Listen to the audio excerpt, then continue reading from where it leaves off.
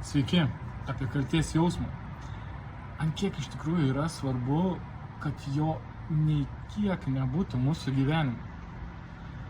Nes mano patyrimu, jis turi prasme, aišku, jis yra reikalingas, jeigu jis toks egzistuoja, jis yra reikalingas mums kaip priemonė ugdyti savo charakterį, bet jis turi būti tik tai tol, kol jisai atlieka teigiamą funkciją mūsų gyvenime.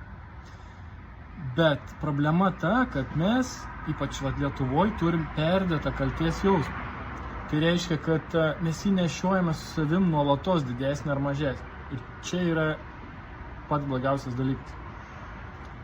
Mano supratimu, jo funkcija yra tokia, kad kai ateina kažkoks kaltės jausmas, kažką padarėme, ne?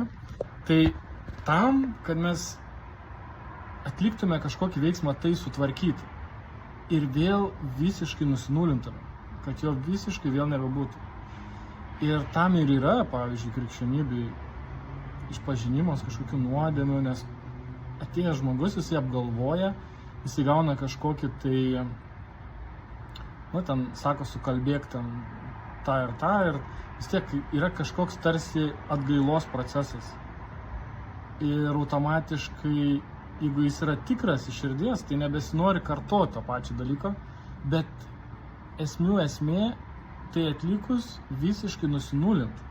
Nes jeigu yra bent menkiausia kaltė, užsidaro tas energetinis kanalas mūsų, kuris duoda tą potencialą, apribojamas jisai, ir mes tada negyvenam su pilnu potencialu. Ir jeigu mes jaučiam daug smulkių kaltės jausmų iš įvairių tokių kažkada padarytų dalykų, tai mūsų pasąmonėje labai tai blokuoja.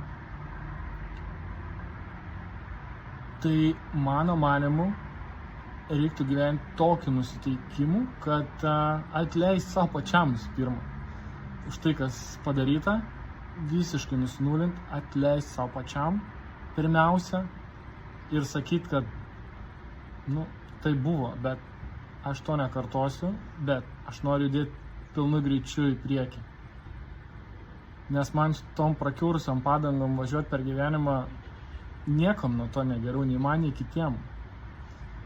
Nes tas negatyvas tik tais dauginasi, ne? Jeigu aš negaliu dar ir savo problemų susitvarkyti, pykstu ant savęs, ant kitų, tai toliau.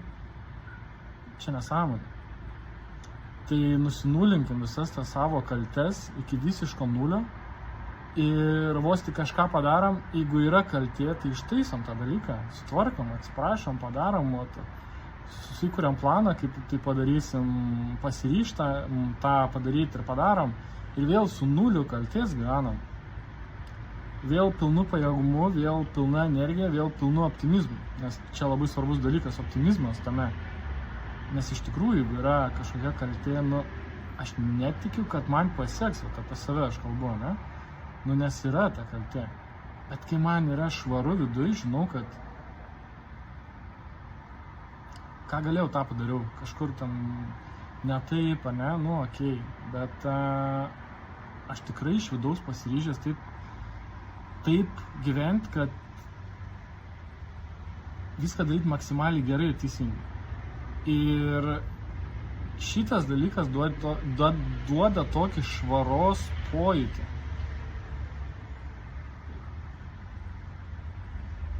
Pasitikėjimo pojūtį. Ir sakyčiau tokį ryžtingumą, nes yra pasitikėjimas, yra optimizmas, ateina ryžtas ir toks labai su teisingu nusiteikimu tas ryžtas. Jeigu mes būtent taip galvojame apie tą procesą. Tai va, iki.